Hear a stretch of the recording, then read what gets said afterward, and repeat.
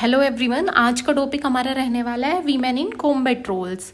इसका हम स्टार्टिंग कर सकते हैं विद अ कोट। कोट ऐसे हो सकता है, it is not possible for the bird to fly on one wing, तो इसलिए there is a necessity for women in combat role also. इसके बाद हम इसको कोट को एक्सप्लेन करेंगे। कोट को एक्सप्लेन करने के बाद we can also add up one current affair, या फिर हम इंट्रो भी स्टार्ट कर सकते हैं इससे। इंट्रो स्टार्ट करने के लिए the current affair was that all women contingent paraded on the 26 January which was led by assistant commandant Seema Negi which was of CAPF। इससे अगर हम स्टार्ट करते हैं that will give good impression. उसके बाद हमारे पास फैक्ट शीट आ जाती है। अब वीमेन का participation in Indian air force is highest which is 14%, which is quite low although. उसके बाद आर्मी में 7% है, नेवी में इट इज़ अराउंड 6%। अब हम देखने वाले हैं वीमेन इन कॉम्बैट रोल्स के पॉजिटिव और नेगेटिव क्या क्या हो सकते हैं। पॉजिटिव में क्या है हमारे पास, first is gender equality ensure करता है।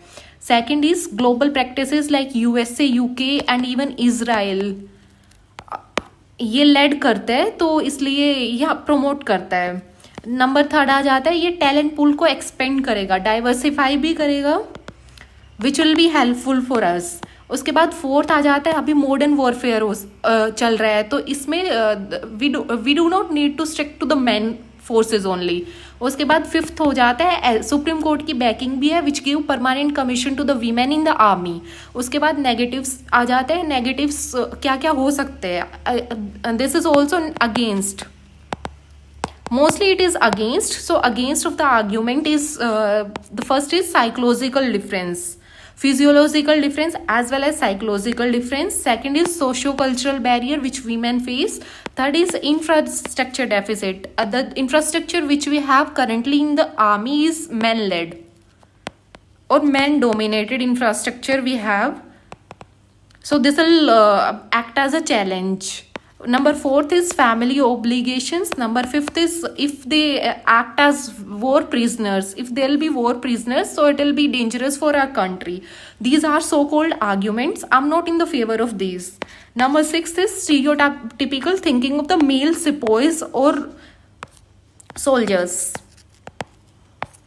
सो वो भी प्रोहिबिट कर रहे हैं, they can't see women as an officer, तो इस वजह से भी इशू आ रहा है। उसके बाद we can take examples from the history like the we had Razia Sultan, Begum Hazrat Mahal, Rani Lakshmibai and Gunjan Saxena from the air force. These women fought from the front, तो these are the examples from the history. उसके बाद अब हमें लिखना है conclusion. Conclusion can be gender nuclear standards with compatible training should be maintained. उसके बाद first this would be the way forward. Second would be the phased induction. We can go for the phased induction of women in the combat roles. Number third, conclusion can be you can imbibe everything. Development of women, we need to move from development of women to women led development with equal footing in every sphere. So हमारा conclusion ये हो गया। इसके बाद हमारे arguments in favour and against, I have already given you examples. We have some of the most amazing examples from the history and this is the fact sheet. You can add this in the second paragraph and our intro would be code based or the current affair based. It total depends on you. Thank you.